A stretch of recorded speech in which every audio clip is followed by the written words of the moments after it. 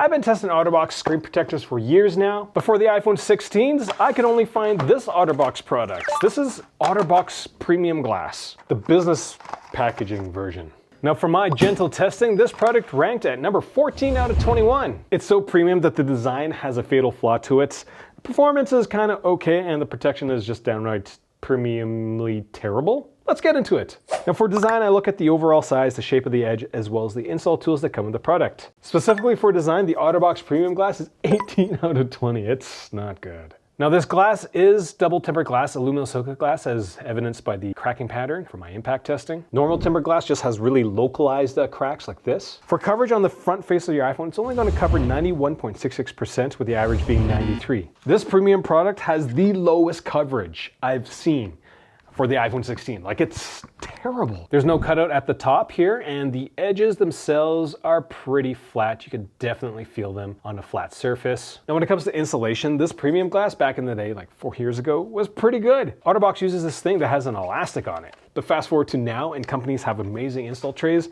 and Otterbox is still just playing with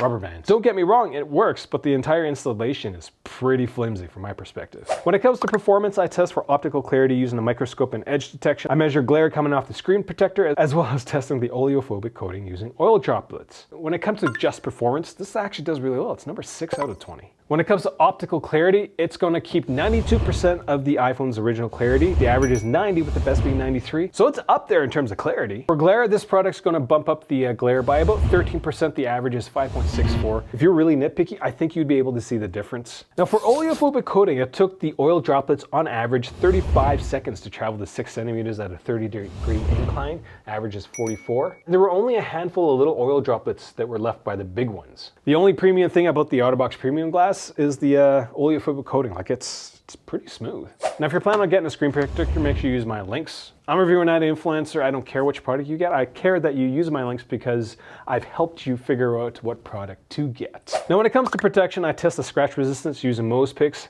I measure how much force it takes to puncture the glass, as well as the force required to break an edge. Specifically for protection, this product is number 12 out of 20. When it came to scratch resistance with my Mohs picks, it did a good job of not scratching at 7. It does, you guys see little scratches here, but it's decent. But with the edges, it only took 52 newtons to break, with the average being 86. Now this result wasn't surprising to me because this premium product has very flat edges, and flat edges are terrible for edge protection. When it came to my sharp impact test, it took about 274 newtons to break, with the average being 271.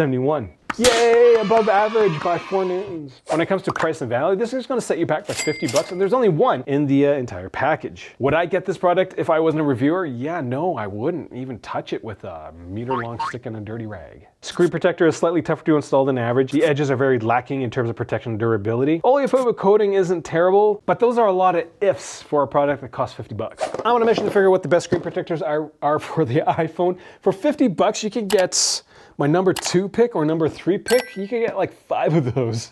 So yeah, stay away from the Otterbox thing. If you're planning on getting one of the screen protectors, make sure you use my links. I'm reviewing that influencer. No one's paying to make these videos. All I want to do is figure out what the best accessories for our tech is. So yeah, thanks for watching.